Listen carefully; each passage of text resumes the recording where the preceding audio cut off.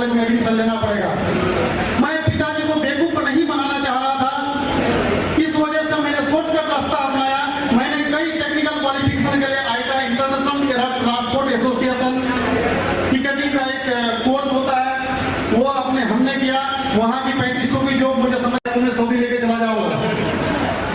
Hello sir, तो मैं 2 महीना संघर्ष करने के बाद मेरी वीजा लगी और सऊदी अरब में मैं 2 साल के लिए अपने आप का साइन कर दिया था कि मैं 2 साल का गुलाम बनकर सऊदी अरब जा रहा हूँ। हेलो, उस वक्त तो मुझे समझ में नहीं आ रहा था कि 2 साल का गुलामी क्या होता है, लेकिन जिस दिन मैं 54 डिग्री के टेम्परेचर पर सऊदी अरब की धरती पर पैर रखा था, उस समय हमें समझ में आया था कि मैं किस दुनिया में आ गया। हेलो, समझिएगा सर, वो आपको हकीकत यहाँ आके नहीं बताता है कि सऊदी अरब में कितना डिग्री का टेम्परेचर है, 24 घंटा में कितने घंटे वो काम करते हैं, क्या तकलीफें उसको होती है, उसको परिवार का किस तरह से याद आता है, ये हकीकत आपको नहीं बताता है। हकीकत बात बता रहा हूँ। हेलो, लेकिन मैं आप सबके सामने बताता हूँ सर कि वो 2 साल मुझे काटने में 20 साल के बराबर लगे, और जिस दिन मैं वो गुलामी की जंजीर को छोड़ के हिंदुस्तान की धरती पर आया था, उस दिन मैं ठान लिया था कि हिंदुस्तान में 50,000 रुपया हसन निजामी कमा के दिखाएगा।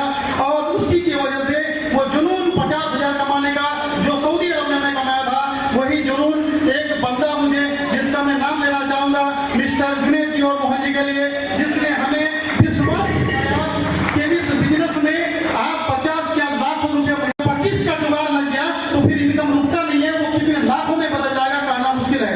आरसीएम बिजनेस में मेरा 1200 का पहला चेक आया था सर, उसके बाद इनकम बढ़ता चला गया, लेकिन स्पीड में नहीं बढ़ता। 1200 लगभग 6 महीना में आया। हेलो, 1 साल में मेरा इनकम लगभग 3 से 4,000 पहुंचा, दूसरे साल का इनकम लगभग 8,000 7,000 था।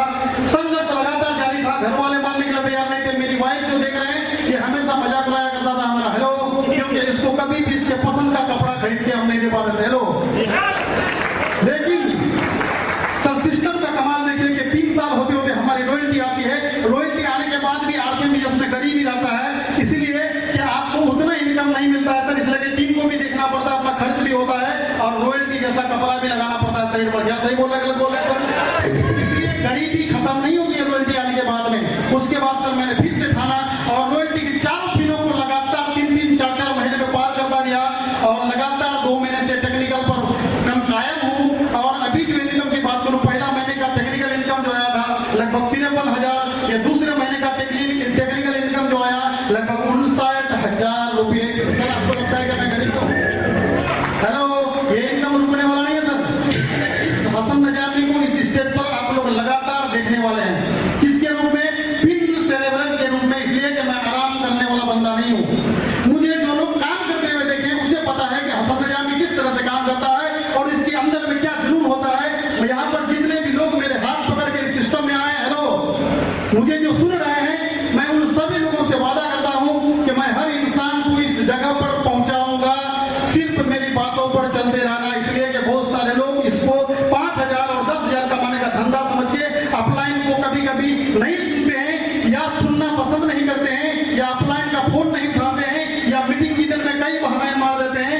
फिर भी ऐसे लोगों को मैं नहीं छोड़ता हूँ। लेकिन सर आज जो लोग आ चुके हैं इस मंजिल पर, यहाँ पर इस मीटिंग में बैठे हुए हैं और मेरी बातों को सुन रहे हैं, आज से कोई बहाना छोड़ दीजिएगा। आज से 1 से 2 साल के बाद आप भी हसन निजामी बन जाओगे। मजा आ जाएगी, नहीं आ जाएगा सर?